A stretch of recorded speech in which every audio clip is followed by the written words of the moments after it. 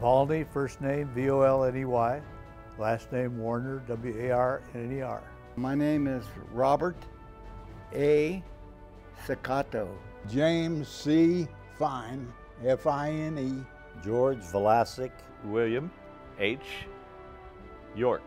Arnold Ty, T-Y-E. I was a private when I went over, and when I came out, I was a staff sergeant. Corporal. Private, and during one of our battles, some guy come up to me and told me I just made PFC. I was a PFC. When I got to Korea, I was a PFC, and while I was in Korea, they made me a corporal. As a platoon leader, L Company, 21st Infantry, 24th Division. I served with L Company. I was in Love Company. L Company. I was in Love Company. I was in Company L, 21st Regiment, 24th Division. At the outset, of course, of the war, the forces pretty much so were in Japan, and they were doing an occupation mission. The Army was a peacetime Army when I joined it. And I got orders to go overseas. I was going on a 30-day furlough, and on June the 25th, the Korean War started. And while I was flying home cross country, the Korean War broke out while I was in the air. So that was quite a shock to suddenly get an information report to Camp Stoneman, you're off to a war that just happened in Korea. When we left Japan, there was about 150 of us. And about 3 or 4 days later, there was only 50 of us left. When I got to L Company, there were only like 39 guys left out of the 180 guys that had shipped out of Japan when the Korean War started.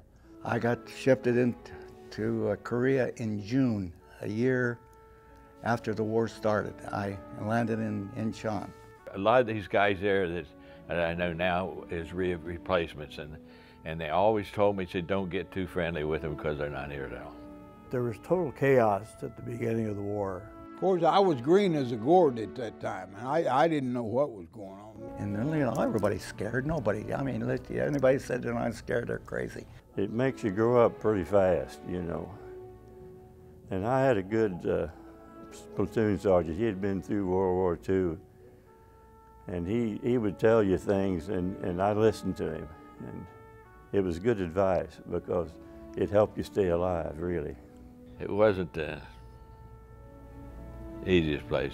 And it was that kind of war where the people that had been there for a while usually survived and stayed. It was the replacements that usually suffered the majority of the casualties. I saw every wound that they told us about, sucking chest wounds, compound fractures, shrapnel just torn people all to pieces. I guess we had quite a bit of combat, but it was, you go long periods of time in between. We were the only group that really saw the whole peninsula, from the southern tip all the way up to nearly the Yellow River when the Chinese came into the war. I thought the troops, you know, were as good as you could expect from an army that was committed principally to maintain Japan at the end of World War II. And then it's amazing that we were able to integrate the replacements that we got to be enough of a unit to move forward and continue the war all the way as far as we did to the Yellow River. The thing that sticks in my mind most was the weather in Korea. In the summer, it was hot enough they grew rice. Wintertime, 35 below zero. To tell you the truth, I don't know that it changed me a whole lot because I didn't last that long. Really, I was there a little less than 6 months. Let me tell you this about that war. That was the turning point. If we didn't sustain in that war, you would have that whole area would be red China. I thought it was really worth it because the people didn't have nothing and you felt sorry for them. I was kind of proud of my service over there because we saved all them South Koreans. There's millions of people now living in freedom.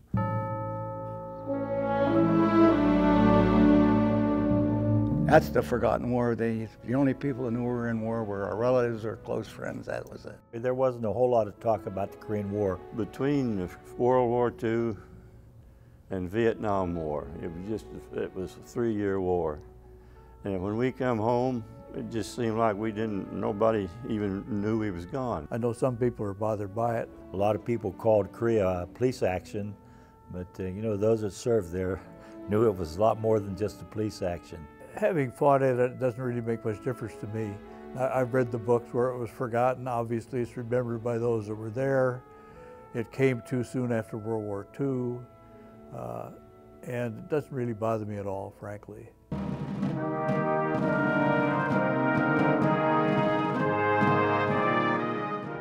Short rounds, I used to see him a lot. He was an artillery observer.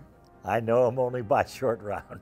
Oh, I think all FOs eventually get called short round. When they would fire the first round, it was kind of questionable where that might land. And I guess on one occasion, one had landed somewhere behind us rather than in front of us. So he got the nickname, and I don't think he ever liked the nickname of Short Round Artie, but that just stuck with him, and that's been his nickname ever since. Short round.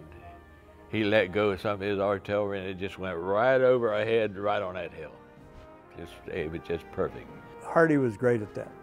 He could take out the M2 compass, compute the mass clearance, and tell them, hey, you're 15 or 20 meters overhead, you've got to shift somewhere else, I'll give you a better grid.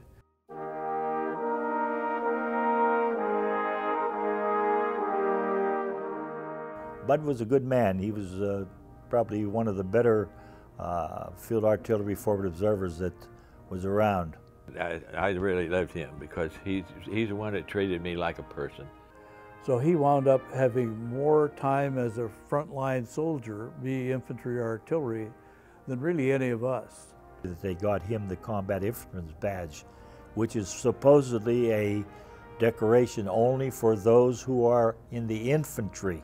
He deserved to be recognized in that regard, and we thought, well, what better way than to go ahead and provide him with the Combat Infantry Badge, which all of us think that he richly deserves. So that's why we did that. He may be the only field artillery person that has a Combat Infantryman's Badge. So he was near and dear to our hearts. He's just a great guy. I'm Olin Hardy. I was the forward observer with Love Company. Short round. I acquired a name totally erroneously of Short Round. These people would never let me forget it. They still continue to use it today.